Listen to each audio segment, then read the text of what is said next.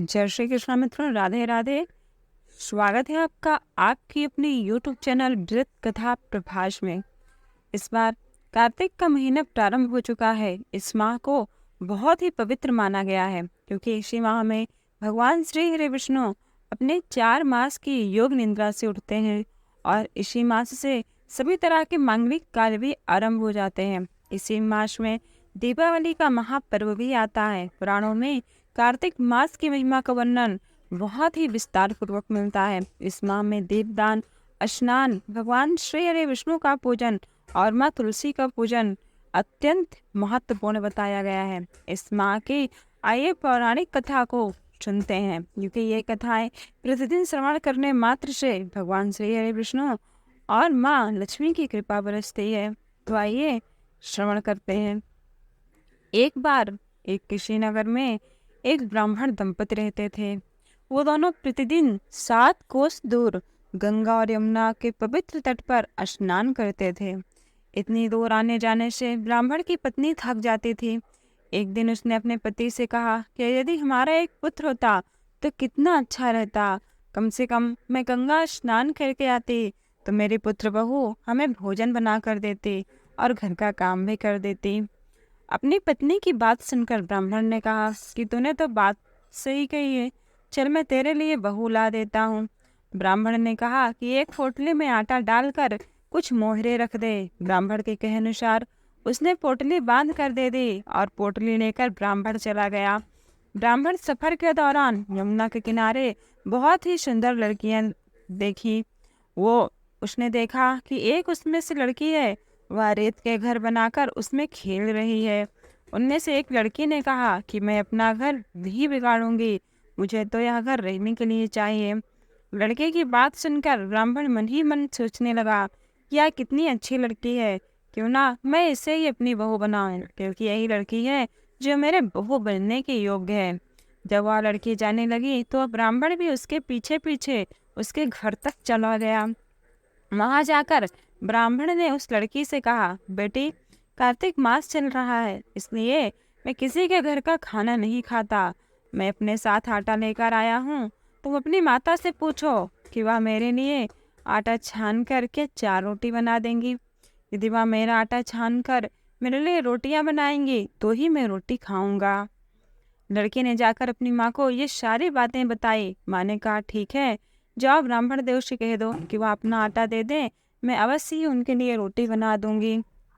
जब वो आटा छानने लगी तो आटे से मोहरे निकली। वह सोचने लगी कि जिसके आटे में इतनी मोहरे हैं उसके घर में कितनी मोहरे होंगी। जब ब्राह्मण खाना खाने बैठा तो लड़की की माँ ने उस ब्राह्मण से पूछा कि क्या आपका कोई लड़का है और क्या आप उस लड़के की सगाई करने जा रहे हो। यह सुनकर ब्राह्मण ने कहा कि मेरा लड़का तो काशी में पढ़ने गया हुआ है, लेकिन यदि तुम कहो तो खान कटोरे से विवाह करके मैं तुम्हारे बेटी को अपने साथ ले जाऊं। लड़की की माँ ने कहा कि ठीक है ब्राह्मण देव। इस पर लड़की की माँ ने लड़की की खान कटोरे से शादी करके ब्राह्मण के साथ भेज दिया। ब्राह्मण ने घर आकर कहा कि रामू की माँ, दरवाजा खोल कर देखो, मैं तुम्हारे लिए बहू लेकर आया हूँ। ब्राह्मण की पत्नी भीतर से बोली, है हमारे तो कोई बेटा बेटी नहीं है, तो तुम बहू कहाँ से लाए हो। ब्राह्मण सारी दुनिया हमें ताने मारती है, अब आप भी मारने लगे। ब्राह्मण ने कहा, अरे तू तो दरवाजा खोल और दरवाजा खोल कर देख। जब ब्राह्मणी ने दरवाजा खोला तो सामने बहू को खड़ी देखा। उसने बहू का बहुत ही धूमधाम से स्वागत किया और आदर सत्कार के साथ अंदर ले आई।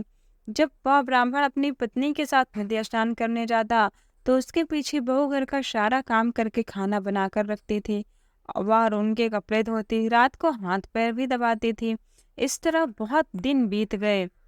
ब्राह्मणी ने अपनी बहू से कहा कि बहू, कभी भी चूल्हे की आग बुझने मत देना और मटके का पानी खत्म मत होने देना। परंतु एक दिन चूल्हे की आग बुझ गई। यह देखकर बहू घबरा गई और भागी भागी अपनी पड़ोसन के पास गई और कही, मेरे चूल्हे की आग बुझ गई है, मुझे थोड़ी आग चाहिए। मेरे सास ससुर सुबह 5 बजे से गए हुए हैं, वह थके हुए घर आएंगे, इसलिए मुझे उनके लिए खाना बनाना है। यह सुनकर पड़ोसन ने कहा, ये तो बावली है, इन दोनों मिलकर तुझे पागल बना रहे हैं क्योंकि इनके कोई पुत्र नहीं है और ये निसंतान है। बहू ने कहा, नहीं नहीं, ऐसा मत बोलो, इनका बेटा तो बनारस में काशी में पढ़ने गया है। यह सुनकर उस पड़ोसन ने कहा कि यह तुझे झूठ बोल कर लाए हैं, मेरी बात सच मान, इनका ना कोई बेटा है और ना ही कोई बेटी है। अब बहू पड़ोसन की बातों में आ गई और कहने लगी कि अब आप ही बताओ मैं क्या करूं। पड़ोसन ने कहा कि करना क्या है, जब तुम्हारे सास ससुर आए तो जली हुई रोटियां बना कर देना और बिना नमक की दाल बना कर देना, खीर की कड़छी दाल में और दाल की कड़छी खीर में डाल देना। पड़ोसन ने उसे अच्छे से सिखा पढ़ा दिया, फिर उसने ऐसा ही करना आरंभ कर दिया। अब उसके सास ससुर आए तो उसने ना कोई आदर किया, ना ही सत्कार किया, ना ही उनके कपड़े धोए। फिर जब उसने सास ससुर को खाना दिया तो सास बोली कि बहू आज यार रोटियां जली हुई हैं, दाल भी अनूनी है। तब बहू ने पलट कर कहा कि एक दिन ऐसा खा लोगे तो क्या हो जाएगा। सास ससुर को खरी खोटी सुनाकर वह फिर से पड़ोसन के पास गई और बोली अब आगे क्या करना है। पड़ोसन ने कहा कि अब तुम सातों कोठों की चाबी मांग लेना। अगले दिन जब वह स्नान करने के लिए जाने लगे तब बहू अड़ गई कि मुझे तो सातों कोठों की चाबी चाहिए। तब ससुर ने कहा कि ठीक है, बहू को चाबी दे दो। ससुर के कहने पर सास ने बहू को चाबी दे दी। सास ससुर के जाने के बाद बहू ने दरवाजे खोले, देखा तो किसी में अन्न भरा है, किसी में धन भरा है और किसी कोठे में बर्तन पड़े हैं। जब उसने सबसे ऊपर का सातवां कोठा खोला, देखा तो सामने शिव जी, पार्वती, गणेश जी, लक्ष्मी जी और पीपल, पटवारी, कार्तिक के ठाकुर, राई दामोदर, तुलसी जी का बिड़वा, गंगा यमुना और 33 कोटि देवी देवता विराजमान हैं।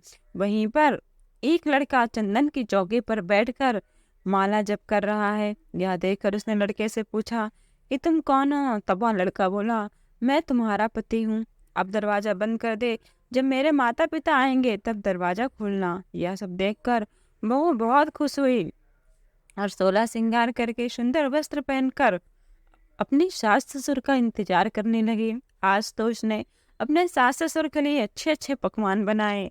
जब उसके सास ससुर घर पर आए तो उसने प्रेम पूर्वक उनका आदर और सत्कार किया और प्रेम पूर्वक खाना खिलाया। हाथ पैर दबाने लगे और पैर दबाते दबाते बहू ने कहा हे माँ, आप इतनी दूर गंगा यमुना स्नान के लिए क्यों जाती हो? आप तो थक जाती हो, इसलिए आप घर पर ही स्नान क्यों नहीं करती हो? यह सुनकर सास कहने लगे कि बेटी, गंगा और यमुना अपने घर पर तो नहीं बहती है। तब उसने कहा हाँ माँ जी, अपने घर पर ही तो बहती हैं, चलो मैं आपको दिखाती हूँ। जब बहू ने सातवां कोठा खोला और खोलकर अपनी सास को दिखाया तो उसमें शिव, पार्वती, गणेश जी, कार्तिकेय जी, लक्ष्मी जी, पीपर और पथवारे, कार्तिक के ठाकुर, राई दामोदर, तुलसी जी का बिड़वा, गंगा यमुना बह रही थी और उसमें 33 कोटि देवी देवता विराजमान हैं। वहां चौके पर बैठा एक लड़का माला जप रहा है। माँ ने देखकर कहा कि ये बेटा तू कौन है? लड़का बोला माँ, मैं तेरा बेटा हूँ। तब ब्राह्मणी ने पूछा कि तू कहाँ से आया? लड़के ने कहा हे माँ, मुझे कार्तिकेय ने भेजा है। माँ ने कहा बेटा, यह संसार कैसे मानेगा कि तू मेरा बेटा है? माँ ने कहा कुछ विद्वान पंडितों से मदद मांगी। पंडितों ने कहा कि इस पार बहू बेटा खड़े हो जाएं और उस पार माँ खड़ी हो जाए। माँ ने चमड़े की अंगुलियां पहनी है और छाती में से दूध की धार निकलकर बेटे की दाढ़ी मूछ भीगे और पवन पानी से कटजोड़ा बंधे, तब यह माना जाएगा कि इस माँ का ही यह बेटा है। उसने ऐसा ही किया, चमड़े की अंगिया फट गई और छाती में से दूध की धार निकलकर बेटे की दाढ़ी मूछ भीग गई। पवन पानी से बहू बेटे का गठजोड़ा बंध गया। यह सब देखकर ब्राह्मण और उसकी पत्नी की खुशी का ठिकाना न रहा। तो यह थी कार्तिक मास की अद्भुत कथा। हे कार्तिक महाराज, हे कार्तिक के ठाकुर, आपने जैसे ब्राह्मण और ब्राह्मणी को बहू बेटा दिया वैसे सबको देना। कार्तिक मास की कथा कहने वाले, कथा सुनने वाले और हुंकारा भरने वाले सब पर कृपा करना, सब पर दया करना। एक बार प्रेम से बोलिए कार्तिक महाराज की जय। अब हम कार्तिक मास की दूसरी परम पावन व्रत कथा को श्रवण करेंगे। एक लपसी था और एक तपसी था। लपसी हमें रोज प्रतिदिन उसका नियम था कि वह सवा शेर की लपसी बनाकर भगवान को भोग लगाकर जीव लेता था, परंतु तपसी हमेशा भगवान की तपस्या में लीन रहता था। एक दिन दोनों लड़ने लगे। तपस्वी बोला मैं रोज भगवान की तपस्या करता हूँ, इसलिए मैं बड़ा हूँ। लपसी बोला मैं रोज भगवान को सवा शेर लपसी का भोग लगाता हूँ, इसलिए मैं बड़ा। नारद जी वहां से गुजर रहे थे। दोनों को लड़ता देखकर उनसे पूछा कि तुम दोनों क्यों लड़ रहे हो। तपसी ने खुद को बड़ा होने का कारण बताया और लपसी ने अपना कारण बताया। नारद जी बोले ठीक है, चलो तुम्हारा फैसला मैं कर दूंगा। दूसरे दिन लपसी और तपसी नहाकर अपनी रोज की भक्ति करने आए तो नारद जी ने छुपकर 1.25 करोड़ की एक अंगूठी उन दोनों के आगे रख दी। तपसी की नजर जब अंगूठी पर पड़ी तो उसने चुपचाप अंगूठी उठाकर अपने नीचे दबा ली। लपसी की नजर अंगूठी पर पड़ी लेकिन उसने ध्यान नहीं दिया। उसने भगवान को भोग लगाया और लपसी खाने लगा। नारद जी के सामने अब दोनों आए तो उन्होंने पूछा कि कौन बड़ा। तब नारद जी ने तपसी से खड़े होने की कहा। जो खड़ा हुआ और उसके नीचे दबी अंगूठी दिखाई पड़ी। नारद जी ने तपसी से कहा कि तपस्या करने के बाद भी तुम्हारी चोरी करने की आदत नहीं गई, इसलिए तुमसे बड़ा लपसी है और तुम्हें तुम्हारी तपस्या का कोई फल भी नहीं मिलेगा। तब तपसी शर्मिंदा होकर भगवान नारद जी से माफी मांगने लगा। उसने नारद जी से कहा कि मुझे मेरी तपस्या का फल कैसे मिलेगा। तब नारद जी ने कहा यदि कोई गाय और कुत्ते की रोटी नहीं बनाएगा तो उसका फल तुम्हें मिलेगा। यदि कोई ब्राह्मण को भोजन करवा कर दक्षिणा नहीं देगा तो तुम उसकी तपस्या का फल तुम्हें प्राप्त होगा। यदि कोई मनुष्य साड़ी के साथ ब्लाउज या पेटीकोट दान नहीं करता, एक वस्त्र दान करता है तो उसका फल तुम्हें मिलेगा। यदि कोई मनुष्य दिए से दिया जलाएगा तो उसका फल तुम्हें प्राप्त होगा। यदि कोई मनुष्य सारी कथाओं को श्रवण करेगा परंतु तुम्हारी कथा को नहीं श्रवण करेगा तो उसका फल भी तुम्हें प्राप्त होगा। उस दिन से हर व्रत कथा के साथ लपसी तपसी की कहानी भी सुनी और कही जाती है। आइए अब हम कार्तिक मास की तीसरी कथा को श्रवण करते हैं। एक बुढ़िया थी, उसने अपनी बहू से कहा कि बहू तुम रोज जाकर दूध और दही बेच कर आओ। बहू अपनी सास के कहने के अनुसार रोज दूध और दही बेचने तो जाती, परंतु उसने एक दिन देखा कि रास्ते में कुछ औरतें पीपल और पथवारी को सींच रही हैं। उनको सींचता देखकर बहू ने पूछा कि तुम यहाँ क्या कर रही हो। औरतें बोले कि हम पीपल और पथवारी सींच रहे हैं, इससे अन्न और धन प्राप्त होता है, 12 वर्ष का बिछड़ा हुआ पति मिल जाता है। बहू बोली ऐसी बात है तो तुम पानी से सींचती हो, मैं दूध से सींचूंगी। गुजरी बहू रोजाना दूध दही बेचने नहीं जाती, वह रोजाना दूध को पीपल में और दही पथवारी में सींचती।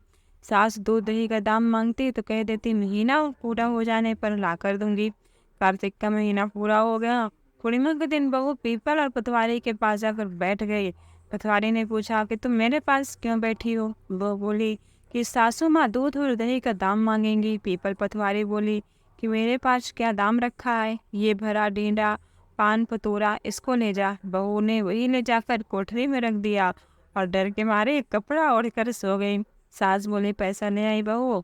बहू बोली कोठरी में रखे हैं। सासू ने कोठरी खोल के देखा तो कोठरी में हीरा और मोती जगमगा रहे हैं। सास बोली बहू इतना धन कहाँ से लाई। बहू ने कहा हे माँ आप क्या बोल रही हो। पर सास ने कहा हाँ हाँ यहाँ पर आ और सच सच बता तुझे इतना धन कहाँ से मिला। बहू ने आकर देखा तो सच में धन भरा हुआ है। अब बहू ने सास को सारी बातें सही सही बताई। सास ने कहा अब तो मैं भी कार्तिक मास में पथवारी सींचूंगी। फिर से कार्तिक का महीना आया। सास दूध दही तो बेच जाती, हांडी धोकर पीपल और पथवारी में चढ़ा देती। आकर बहू से कहती कि मेरे से दाम मांग। और कहती सासू जी कोई बहू भी दाम मांगती है क्या। मगर सासू कहती नहीं तो दाम मांग। अब बहू बोली सासू जी पैसे लाओ। तो सास पीपल और पथवारी के पास जाकर बैठ गई। पीपल पथवारी ने सास को पान बतोरा भर कर डींडा दे दिया। उससे उसने ले जाकर कोठरी में रख दिया। बहू ने खोल कर देखा तो उसमें कीड़े मकोड़े बिलबिला रहे हैं। बहू ने कहा सास जी सोची या क्या। सास ने आकर देखा और बोलने लगी कि पीपल पथवारी बड़ी दोगली पटपीटन है, इसको तो धन दिया मुझको कीड़ा मकोड़ा दिया। तब सब कोई बोलने लगा कि वो तो सत की भूखी सींची थी, तुमने धन की भूखी सींचा। हे पथवारी माता जैसा आपने बहू को दिया वैसे सबको देना।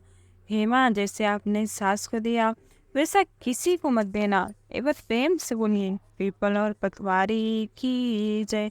अब आप कार्तिक मास के चौथी परम पावन कथा को श्रवण करेंगे।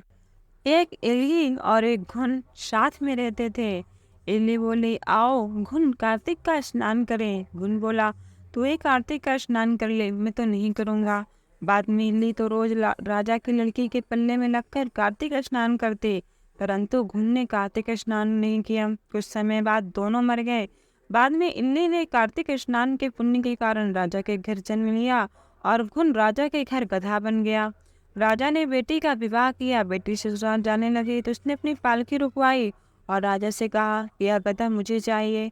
तब राजा ने कहा, यह मत ले, चाहे धन और दौलत जितना ले ले। पर लड़की ने बोला, नहीं नहीं पिताश्री, मुझे तो बस यही चाहिए। गधे को रथ से बांध दिया तो गधा दौड़ने लगा। महल में पहुंचने पर गधे को महल के नीचे बांध दिया। जब लड़की नीचे उतरती तो गधा कहता, मुझे पानी पिला दे। तब लड़की ने कहा, मैंने पहले ही कहा था कि कार्तिक स्नान कर ले, पर तूने तो नहीं किया और अब तो कह रहा है कि मैं गधा क्यों बना। पर ठीक है, तूने पहले कार्तिक स्नान नहीं किया तो कोई बात नहीं, पर तू अब स्नान कर ले। पर उसने कहा, नहीं नहीं, मैं तो बाजरा खाऊंगा और ठंडा ठंडा पानी पीऊंगा।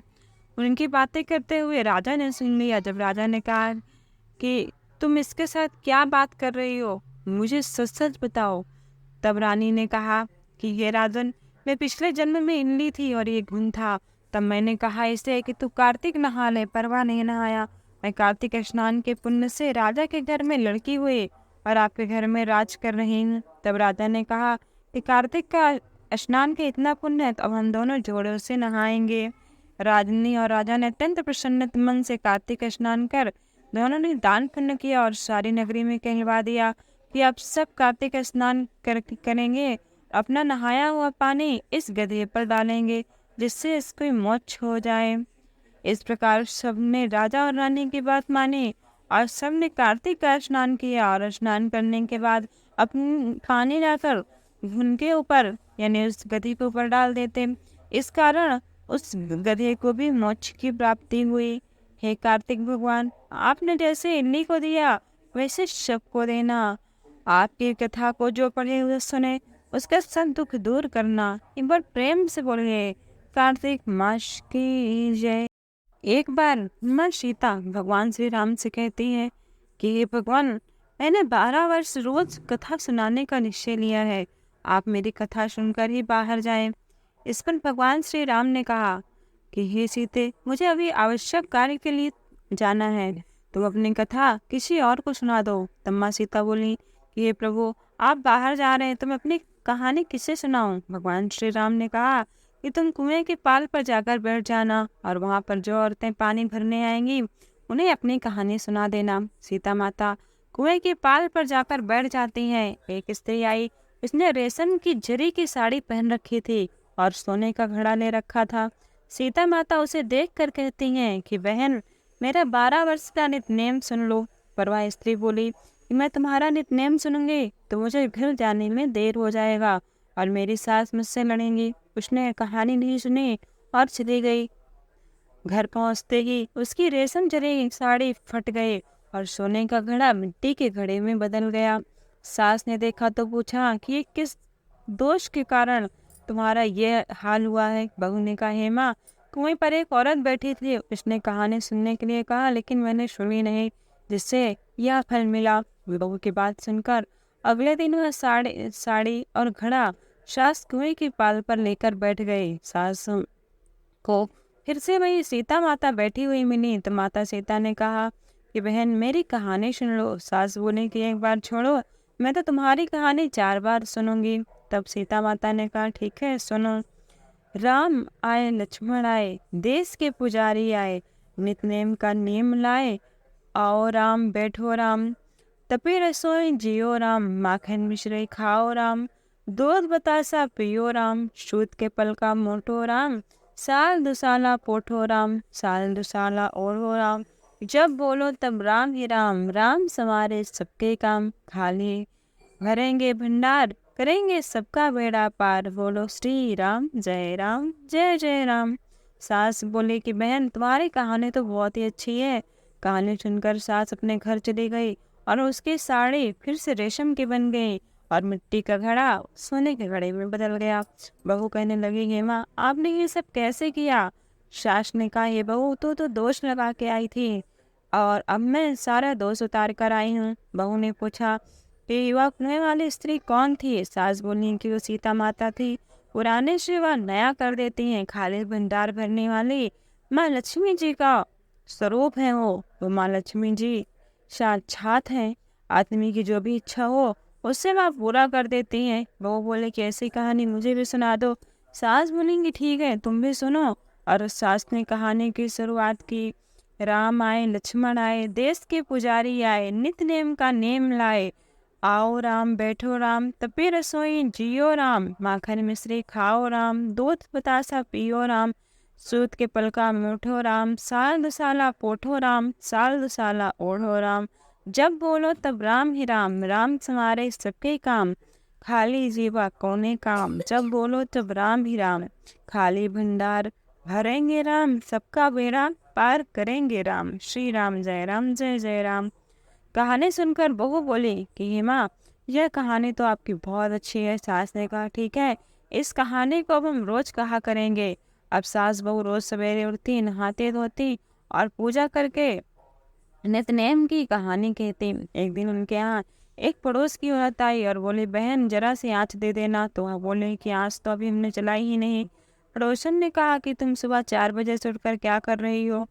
उसने कहा कि हमने सुबह उठकर पूजा की, फिर सीता माता की नित नेम की कहानी कही। पड़ोसन ने उनकी बात सुनकर फिर कहा कि सीता माता की कहानी कहने से तुम्हें क्या मिला? वो बोले कि इनकी कहानी कहने से घर में भंडार भर जाते हैं, सारे काम सिद्ध होते हैं, मन की इच्छा भी पूरी होती है। पड़ोसन कहती है कि बहन ऐसी कौन सी कहानी है, तुम जो मुझे भी सुना दो। फिर वह बोले ठीक है, तुम भी यह कहानी सुन लो। राम आए, लक्ष्मण आए, देश के पुजारी आए, नित्य का नेम लाए। आओ राम, बैठो राम, तपे रसोई जियो राम, माखन मिश्री खाओ राम, दूध बतासा पियो राम, सूत के पलका मेढो राम, साल दुसाला पोठो राम, साल दुसाला ओढ़ो राम। जब बोलो जब राम ही राम, राम समारे सबके खाम, खाले भरेंगे भंडार, सबका बेड़ा करेंगे पार। बोलो जय राम, जय राम, जय जय राम। सारी कहानी सुनने के बाद पड़ोसन कहने लगी हे बहन, तुम्हारी कथा तो बहुत ही अच्छी है। अब वह पड़ोसन भी नित्य सीता माता की कहानी कहने लगी। कहानी कहने से सीता माता ने पड़ोसन के भी भंडार भर दिए। अब तो पूरे मोहल्ले में नित्य नेम की कथा चली पड़ी। हर किसी की मनोकामना पूरी होने लगी। हे सीता माता, आपने जैसे उनके भंडार भरे वैसे आप हमारे भी भंडार भरना, कहानी सुनने वाले के भी और कहानी कहने वाले के भी। एक बार प्रेम से बोले सीता माता की जय, भगवान श्री रामचंद्र की जय।